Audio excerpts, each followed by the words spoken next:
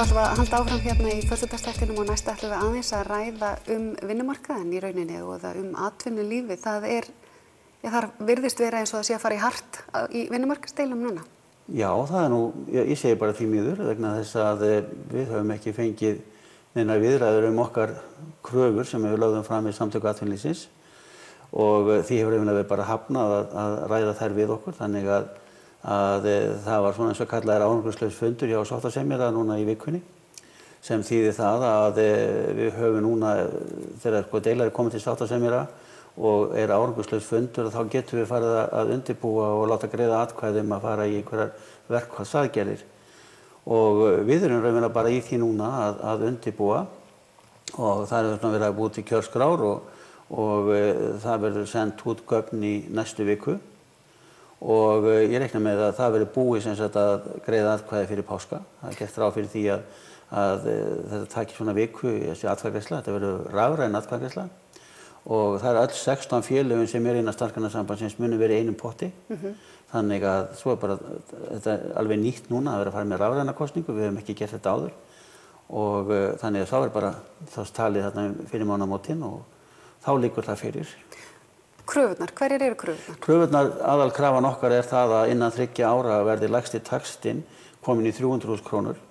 Hann er 201.317 krónur í dag og við setjum þetta markmið í þetta verður náist á þremur árum. Við erum alveg tilbúin að hafa ekkert endilega að tala um 3 ára kjarasamning, heldur þá að taka þetta í fleiri áföngum. Ég meina, við lögðum fram tilboð það að hafa 1,5 ár sem þýddi þá 50.000 krónur á þessu 1,5 ári en því var nú hafnað alveg eins og öllu öðru. Þannig en þetta er okkar megin markmið að ná upp þessum kauptöxtum sem okkar fólk er á og við tölum krónutöluhækkanir, við erum ekki að tala prósentur vegna þess að við viljum bara að allir fái sömu krónutölu. Því ef við tökum prósentu þá þeir sem eru lægstir fá minnst út úr því og þeir sem eru hæstir fá þá mest og það er ekki eitthvað sem okkur hugnast hjá Starfsgreinasambandinu. Er þetta nauðsynlegar launahækkanir? Já, sko, 201.317 krónur fyrir dagvinnu, það getur enginn lifað af því. Þannig að við teljum að þetta er okkar frumkrafa og þetta er bara krafan okkur það að fólk hafi einhverja möguleika til þess að vinna, til þess að lifa á dagvinnulaununum sínum og það er ekki hægt með rúmlega 200.000 krónur. Það kemur iðulega svarið hvað með verðbólguna. Þessi kauphækkanir þær verða étnar upp og í raun kaupmáttur verður einfaldlega sá sami eða jafnvel minni. Já, það er mikið talað um verðbólgu og allt þetta þegar að við, okkar fólk er að fara í sambandi við launahækkanir.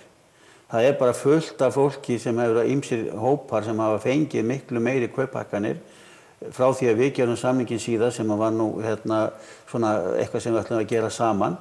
Aðrir hópar voru ekki tilbúnir og ég vil fengið einhverja 100.000 á mánuði í hækkun á sínum launum frá því að við gerum síðasta samning og verðbólgan er 0,8% og allt bara velsæmi.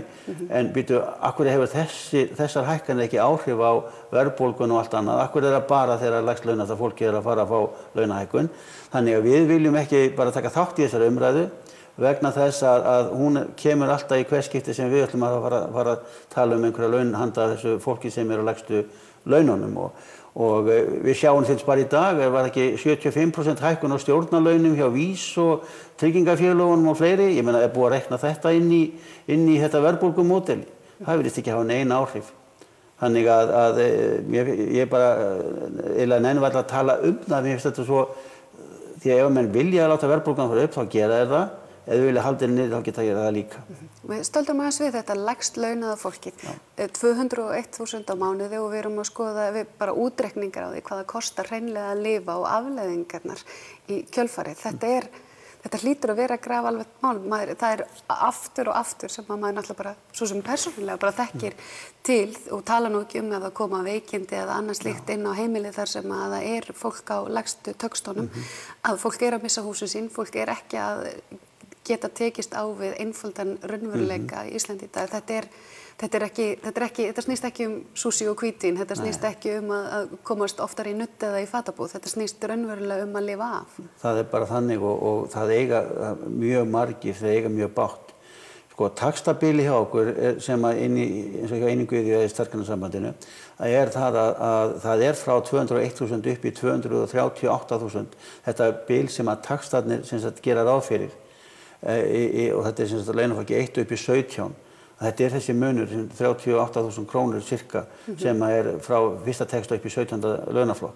Þannig að þetta alltaf mjög mikið á þessu bili og við teljum að við erum að tala okkur, ég meina Samtök atvinnulífsins segja alltaf að ef við fáum einhverja hækkun þá farið hún upp allan skalann. Við erum að tala okkur, við erum ekki að tala þá sem eru hærra launaðir, við erum að hugsa þá sem eru á þessum launum sem við erum að semja sem eru allt og lág. Finnst þér að mæta skilningsleysi þegar þú ert að tala þessa launataxta? Já, en mér finnst það menn trúa þessu ekki og segja bara að maður sé nú ekki, þetta sé enginn á þessu og svona.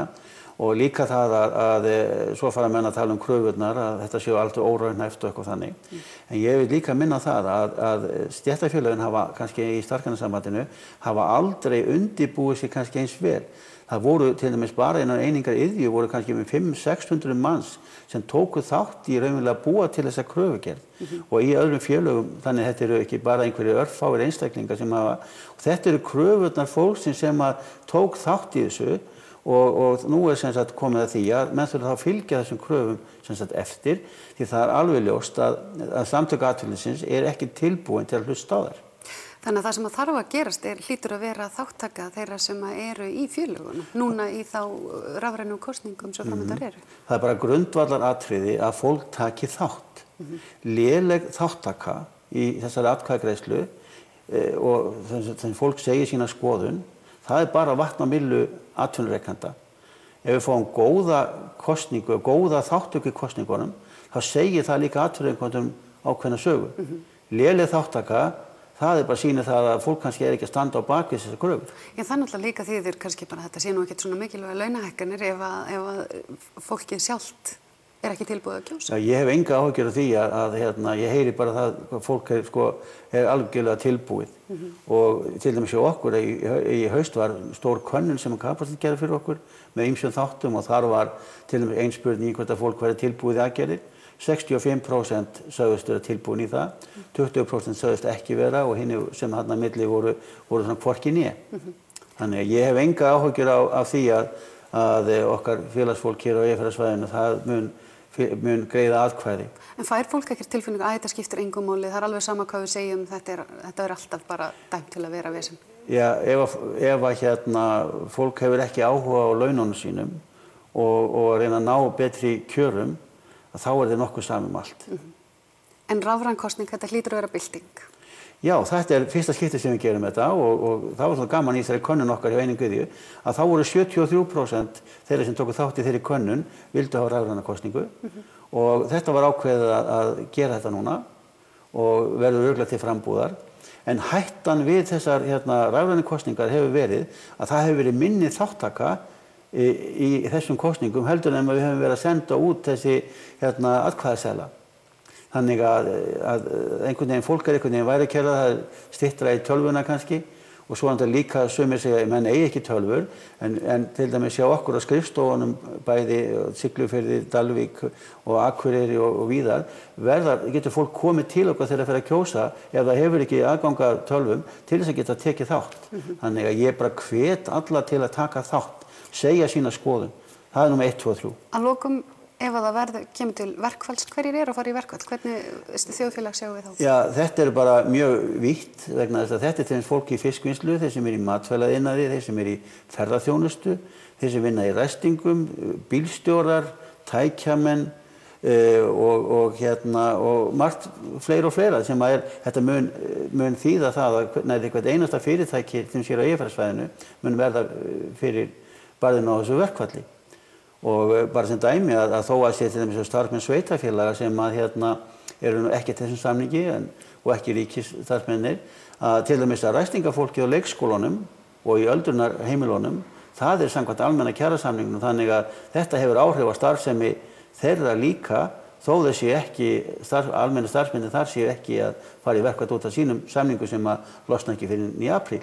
Þannig að þetta hefur gríðarlega áhrif, getur lokað leikskólum, þetta getur haft mikil áhrif á öldrunarheimilunum og fleira, fyrir utan all hinn fyrirtækin. Nákvæmlega. Takk fyrir komuna. Ég vona að ykkur takist að leysa þessi mál farsællega öllum til heilla. Já, takk fyrir það og ég vona það líka. Og með þessu þá ætlum við að ljúka föstudagsþættinum í dag og ég segi við ykkur bara einfaldlega góða helgi.